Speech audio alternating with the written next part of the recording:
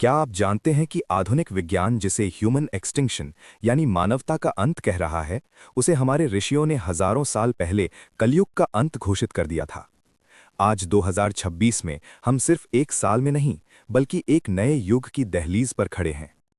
आज की ये खोज आपको चौंका देगी, क्योंकि हम पहली बार विज्ञान की लैब्स और पुराणों के श्लोकों को एक साथ रखकर देखेंगे। क्या कलयुग सच में अपना काम पूरा कर चुका है? चलिए इस रहस्य की परतों को उधेड़ते हैं। सोचिए, आप एक ऐसी दुनिया में रह रहे हैं जहां नदियां सूख रही हैं, हवा जहरीली हो चुकी है और इंसान का सबसे बड़ा दुश्मन इंसान ही है। आप कहेंगे ये तो आज की हकीकत है, लेकिन क्या होगा अगर मैं आपसे कहूं कि आज से ठीक 5000 साल पहले सरस्वती नदी के किनारे बैठे एक ऋषि ने यह सब कुछ एक पन्ने पर लिख दिया था। श्रीमद् भागवत पुराण के 12वें स्कंध में सुखदेव जी ने राजा परीक्षित को जो बताया, वो आज के हेडलाइंस से भी ज्यादा सटीक है। उन्होंने उस दौर की बात की जिसे हम कलयुग कहते हैं।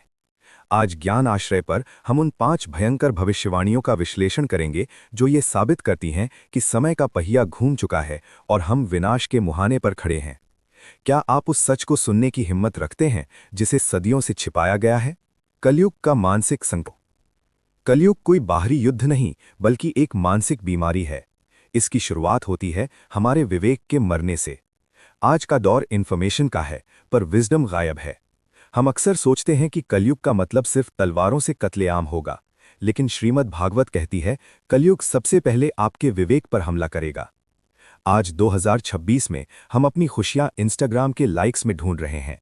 पुराणों में लिखा है वित्तमेव कलौ नृणाम, यानी जिसके पास धन है वही पूजनीय होगा। आज चरित्र की जगह बैंक बैलेंस ने ले ली है, लेकिन ये तो बस एक शुरुआत है। असली भयानकता तो तब शुरू होती है जब ये कलयुग हमारे शरीर के भीतर प्रवेश करता है। कैसे? चलिए देखते हैं अगले पड़ाव में। जैविक विनाश, the biological decay.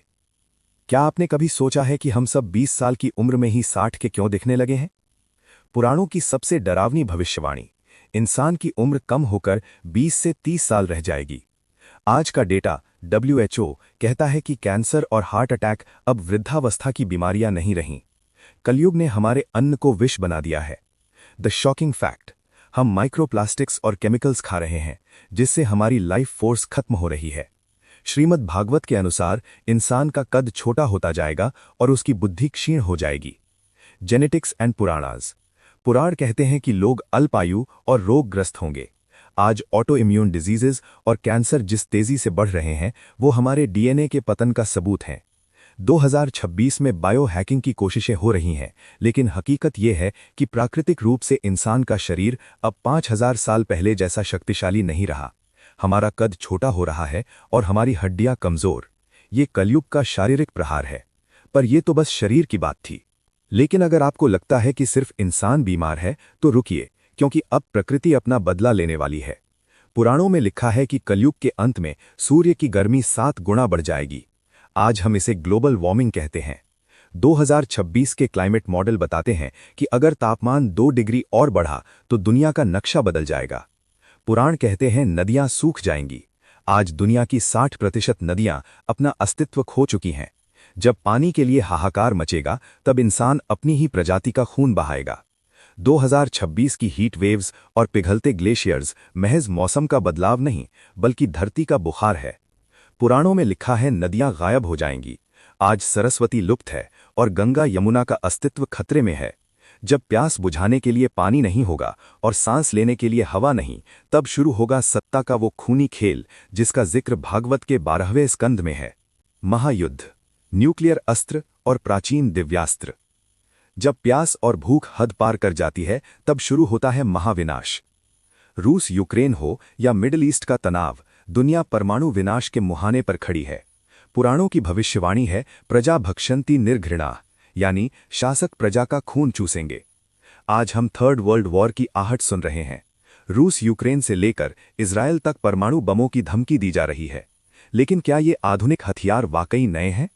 The shocking similarity, Mahabharat के ब्रह्मास्त्र और आज के थर्मोन्यूक्लियर बॉम्ब के वर्णन में कोई अंतर नहीं है। पुराणों में लिखा है कि कलयुग के अंत में ऐसे अस्त्र चलेंगे जो हजारों सूर्यों के समान चमकीले होंगे और कोख में पल रहे बच्चों तक को मार देंगे। क्या ये रेडिएशन की सटीक परिभाषा नहीं है? The geopolitical decay. Shrimad Bhagavat 12.2.78 कहता है कि कलयुग के शासक डाकुओं की तरह व्यवहार करेंगे। आज की वैश्विक राजनीति को देखें, शक्तिशाली देश कमजोरों के संसाधनों को लूट रहे हैं। जब ये अहंकार की लड़ाई चरम पर होगी, तब पूरी दुनिया एक ऐसे गड्ढे में गिरेगी जहां से कोई नहीं निकल पाएगा। और उसी गहरे अंधेरे में एक बिजली कौंधेगी, भगवान कल्कि की तलवार। कल्कि अवतार, नक्षत्रों का खेल और अंतिम न्याय। जब इंसानियत हार जाएगी, तब ईश्वर का संकल्प जागेगा। कल्कि अवतार का आना कोई काल्पनिक कहानी नहीं, बल्कि एक खगोलीय घटना है। प्लैनेटरी अलाइनमेंट यानी नक्षत्र विज्ञान। कल्कि पुराण और भविष्य पुराण के अनुसार जब भगवान कल्कि अवतार लेंगे, तब चंद्रमा, सूर्य और बृहस्पति यानी जुपिटर एक साथ पुष्य नक्षत्र में प्रवेश करेंगे। ज्योतिष शास्त्र के अनुसार ये सिद्ध योग की चरम स्थिति है। 2026 के बाद आने वाले कुछ विशिष्ट वर्षों में ऐसी खगोलीय स्थितियां बन रही हैं जो ऋषियों की गणना को सच साबित कर सकती हैं। The divine warrior. कल्कि अवतार का जन्म शंभल में होगा। वे देवदत्त घोड़े पर आएंगे, जो असल में टाइम ट्रैवल या लाइट स्पीड का प्रतीक हो सकता है। उनके हाथ में जो रत्नमयी तलवार होगी, वो कोई साधारण लोहा नहीं, बल्कि वाइब्रेशन बेस्ड वेपन होगी, जो केवल अधर्मियों की फ्रीक्वेंसी को नष्ट करेगी। वे 64 कलाओं के ज्ञाता होंगे। जहां पिछले अवतारों ने राक्षसों को मारा, कल्कि अवतार विचारों और बुरी चेतना का अंत करेंगे। वे मानवता के ओएस को रीबूट करेंगे। उनके आते ही कलयुग की कालिमा धुल जाएगी और धरती पर फिर से सतयुग का सूर्योदय होगा।